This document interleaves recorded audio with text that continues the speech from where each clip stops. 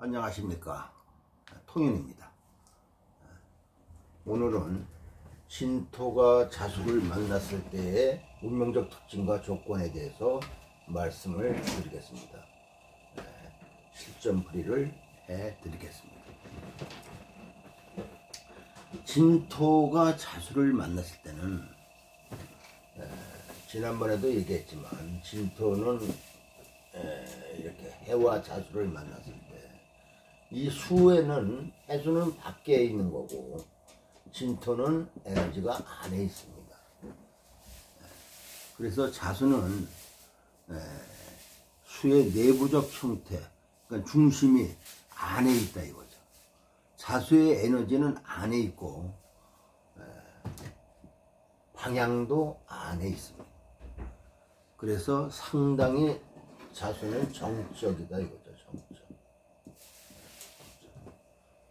해수는 에너지가 밖에 있습니다. 이렇게 밖에 있어서 밖에서 안으로 들어가는 중입니다. 그래서 굉장히 동적이죠. 자수는 안에 이미 이제 도착해서 머물러고 있는 것이고 해수는 밖에서 안으로 들어가기 때문에 동적이다 이거죠. 그래서 유동적으로 움직입니다. 무엇을 보관하는데 에너지가 정적이면 뚜껑만 닫으면 됩니다. 그렇죠? 쉽게 닫을 수 있죠. 진토가 자수를 만나면 진토가 자수를 만나면 이건 뭐라고 그래요? 반합, 수의 반합이라고 그러죠. 수의 반합. 삼합은 온전한 합이죠.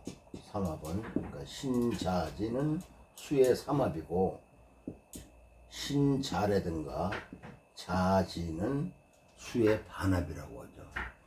또 신진이 있습니다. 신진을 갑이라고 합니다. 갑. 근데 이 갑을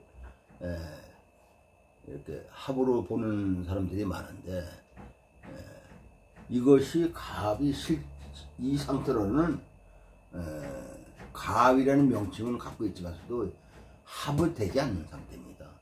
그래서 이것이 신진은 합이 되려면은 천간에 임수나 개수가 있어야지 합이 됩니다. 그래서 신진은 반합이 아니에요. 그리고 임계가 밖으로 이렇게 신진이 있는데 임계가 밖으로 안 나오면 반합이 안 되죠. 그러면 이걸 뭐라 그럽니까? 암장 상태라고 합니다. 뭐가? 수가 암장돼 있다 이걸. 만약에 진월무신일이다 이겁니다. 진월무신일. 그러면 암장에 여기 개수가 있고 여기 임수가 있지 않습니까? 천간에 임계수가 투하지 않으면은 요것을 암장된 수라 그럽니다. 암장된 수. 그래서 요 암장된 수가 뭡니까? 무토에서는 재가 되죠. 그러니까 요걸 암재다 그럽니다. 암재다. 숨어있는 재물이다 이거죠. 재가 감춰져 있다. 재가 감춰져 있다는 것은 요즘은 재의 관점도 많이 달라졌죠. 전통적으로 재는 감춰야 돈이 된다고 했습니다. 진월무신일은 암재다 이거예요. 쟤는 암재로 있어야 불을 노렸습니다. 옛날에는. 이것은 과거의 제 관점이었고 우리가 사주를 해석하는 것을 뭐라고 그러냐면 통변이라고 합니다. 통변. 사주를 해석하는 것을 통변이라고 그러죠. 상황에 맞춰서 해석하는 것을 변이라고 합니다. 그런데 원리를 벗어나면 안 됩니다. 옛날이나 지금이나 원리를 통이라고 합니다. 원리를. 기본 원리, 혹은 기본 규칙, 혹은 기본 원칙이다 이거죠. 그래서 통하는 것 같고 뭐예요? 변형을 해야죠. 변형은 그 시대의 상황이라든가 이념, 제도, 문화, 성별, 나이, 직업에 맞춰서 해석하는 것을 변이라 합니다.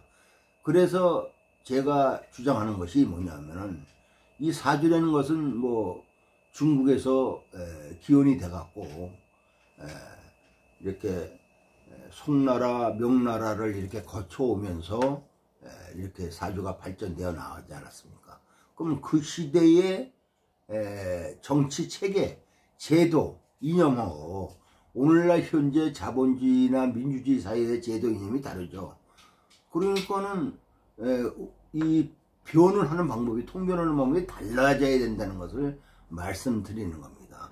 같은 작용이라도 어느 제도 하에서 민주주의 제도냐, 공산주의 제도냐, 혹은 옛날식의 제도냐, 또 어떤 이념이냐, 어떤 문화냐, 또 남자냐, 여자냐, 또 젊었을 때냐, 나이 먹었을 때냐, 어릴 때냐, 혹은 어떤 직업을 갖추고 있느냐에 따라서 이 통변이 달라져야 된다 이거죠.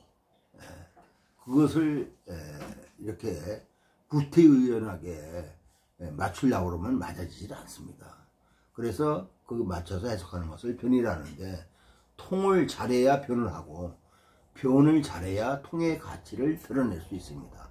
이러한 변도 기본적인 원리 원칙이 있는 하에서 변을 해야지, 원칙이 뭐 잠깐만 틀어지면서 변을 하면 이건 맞지 않는 거죠. 그래서 통을 잘해야 되는 것도 중요하고, 그 다음에 변을 잘해야 통의 가치를 드러낼 수가 있는 거죠. 요 점을 우리가 사주 공부하는 사람은 알아두셔야 된다 이거죠. 그래서 다시 돌아와서 신지는 가합인데 인계수가 천간에 있을 때 가합이지, 인계수가 천간에 없으면 가합이 아닙니다. 이때는 그냥 토생금입니다. 토생금. 그런데 가합의 조건은 갖추고 있습니다. 일단은. 그래서 이럴 때 운에서 인계수가 온다 할 때는 신금 기준으로 가합을 하는 거고, 이렇게 임수가 운에서 오면 신금 기준으로 가합을 하고, 계수가 운에서 오면 진중 계수 기준으로 가합을 하는 겁니다. 신금 기준으로 가합을 한다는 것은, 이거는 뭐예요? 생지죠. 이거는 고지고, 생지다 이거예요. 생하고자 하는 동쪽 에너지가 강화되는 거고, 신토 기준으로 가합을 한다는 것은, 이거는 고는 뭐예요? 보관적 의미가 되어 있지 않습니까? 보관적, 안정적 기준에 가합을 한다는 겁니다. 그러니까 정적 기준이 강해지는 거죠. 그래서 우리가 이렇게 신자진 삼합이나 신자반합이나 신자진 반합이 이렇게 있죠. 오늘은 이 점을 확실하게 말씀을 드리겠습니다. 그러면 대부분의 사주학자들은 에너지 총량 기준에서 신자진 삼합이 가장 왕하고, 그 다음에 신자 반합, 자진 반합, 이렇게 그 힘의 강도를 구별을 하는 순서를 매긴다 이거죠. 이거는 잘못된 생각이다 이거죠. 이 세 가지는 에너지 총량은 같습니다. 이 자수는 수의 최대로 수가 있는 상태를 자수로 표현한 겁니다. 최대.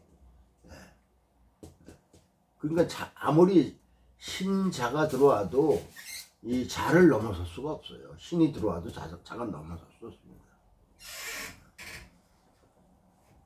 그래서 이것을 우리가 세기로 커진다는 그런 그 개념으로 생각하지 말고, 다만 이것이 동적이냐 정적이냐 한번 상태로 생각을 해보는 전환을 가져봐야 된다 이거죠. 그러니까 우리가 사주를 바라볼 때, 우리가 사주를 보게 되면 기와 세를 보지 않습니까?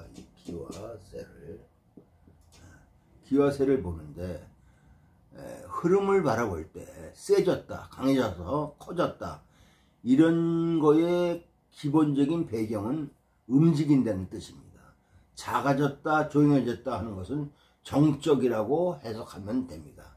에너지는 변화가 없습니다. 자수가 커졌다는 것은 자수가 동적이라고 생각하면 되고, 자수가 진토에 들어갔다는 것은 자수가 정적으로 작용하고 있다 이겁니다. 정적인 작용이 여러 가지로 드러날 수 있습니다. 정적인 작용이 사용이 상실될 수도 있고, 정지될 수도 있고, 안정될 수도 있고, 그것은 당연히 명을 기반으로 해석을 해야 됩니다. 상실돼서 좋아질 수도 있고, 창고에 들어가서 사용이 정지돼서 쓰고 있는 것을 못 쓰게 될 수도 있고, 그러한 여러 가지 조건들을 관찰해서 볼 수 있어야 한다 이거죠. 다시 돌아와서 자수는 에너지가 안에 중심에 모여져 있는 거고, 진토도 수를 내부에 보관하고 있는 겁니다. 내부로 끌어들이려는 에너지가 서로 만난 거죠. 그런데 지금은 뭐예요? 진토 입장에서 자수를 보는 거죠. 진토가 자수를 만났을 때를 보는 거니까 진토 입장에서 자수를 보는 거다. 만난 거다 이거죠. 진토는 개수라는 것이 자수의 정보죠. 그거는 개수는 뭐예요? 과거의 정보다 이겁니다. 과거. 해자축을 거쳐온 그 정보죠. 이것은 경험, 내가 경험했던 거, 기억했던 거, 이런 거죠. 수에 대한 과거적 정보를 진토는 갖고 있다 이겁니다. 이 정보는 바로 근접해서 얻은 정보가 아니고, 몸에 기억된 정보가 아니고, 오래전에 경험한 것, 무의식적 형태에 머물러 있는 것으로 말할 수가 있습니다. 한 계절을 넘어온 것이기 때문에 그러한 형태를 갖고 있다 이거죠. 여러분들이 뭐냐면은 30년 전에 뭐를 배웠다, 뭐를 했다, 그것이 지금은 뭐예요? 정보나 의미나 가치로 자기가 쓰고 있지 않더라도 갖고 있는 거 아닙니까? 그런 것과 똑같이 생각하면 됩니다. 그래서 자수는 의미나 정신, 가치 형태로 발현된다 이거죠. 그러면 진토 입장에서 자수를 봤다는 것은 의미, 정보, 가치, 정신이 발현된 거다 이겁니다. 진토 입장에서 자수를 봤다는 것은 가시적이 않은 것, 정보로 내가 갖고 있었던 것, 오래된 기억으로 남아있던 것을 현상화시키고 실체화시키는 것이다 이거죠. 자수를 드러내는 겁니다. 만약 경자년이다. 지나간 경자년이 있지 않습니까? 경자년에 내 사주에 진토가 있어서 자수를 만나면 자기가 갖고 있던 정보가 자수라는 운이 와서 그것을 드러내게 하는 것입니다. 그러면 진토의 개수가 무언가를 해석하면 된다 이거죠. 그것은 오래전에 했던 것이 경자년에 툭 붉어져서 현 시점에서 다시 쓰여질 수 있다는 겁니다. 예를 들면 옛날 내가 시가 좋아서 공부하고 시를 쓰다가 직장생활에 바빠서 잊어먹고 살다가 다시 시를 쓰고 싶은 생각이 경자년이 오면은 툭 튀어나올 수 있다 이거죠. 대부분 오래된 기억이 발현된다. 만약에 내 사주에 축이 있다 이거예요. 축이. 내 사주에 축이 있는데 자수를 만나면 이것은 바로 전의 경험이 들어온 겁니다. 오래된 경험이 아니고, 축의 개수는 바로 전 아닙니까? 축의 개수는. 내가 축이 있으면 해자 이렇게 돼 있지 않습니까? 근데 축 중의 개수는 바로 전, 이런 걸 얘기하는 거죠. 이것은 오래된 경험이 아니고 축의 개수는 바로 전 것. 아직도 내 몸에 기억된 것, 몸에 기억된 것은 습관적으로 하는 것들입니다. 습관에 남아있는 것들, 방국의 기억들은 바로 전 기억들입니다. 바로 전 기억들. 이런 것들은 물질적 구조가 강합니다. 가시적이고. 축토가 있을 때 자수가 온다는 것은 유행 절정기가 지나왔는데 다시 뒤로 가서 재현하는 것이다 이거죠. 예를 들면 자기가 옷장사를 했었는데 힘들어서 그만뒀다 이겁니다. 근데 자수운이 오면은 다시 옷장사가 문득 하고 싶어서 하려고 한다 이거죠. 몸에 익숙한 것을 다시 하려고 한다 이겁니다. 자기가 익숙하게 할 수 있는 것을 다시 선택하는 것이다 이거죠. 삼합의 토로 연결된 것과 방국의 토로 연결되는 것의 차이를 알아야 된다 이겁니다. 진토가 월지나 일시에 있을 때 이것도 잘 알아야 됩니다. 이 진토가 연월 일시 이렇게 돼 있지 않습니까? 이게 사주 구조를 잘 알아야 되는데 이것이 월지에 있거나 일지에 있을 때가 이제 다르죠. 진토가. 그래서 진토가 월지나 일지에 있을 때 자수가 오면은 삼합적 형태로 연결이 됩니다. 진토가 월지나 일지에 있을 때는 삼합적 형태로 연결이 되죠. 삼합으로 연결되는 코드를 일지에서 바라보는 자수와 월지에서 바라보는 자수와 구분을 해야 된다 이거죠. 월지에서 바라보는 기억은 이거는 월지는 뭐예요? 사회적인 거죠. 사회적인 거. 요 일지는 뭐예요? 개인적인 거. 혹은 부부적인 부부 입장 뭐 이렇게 얘기할 수 있죠.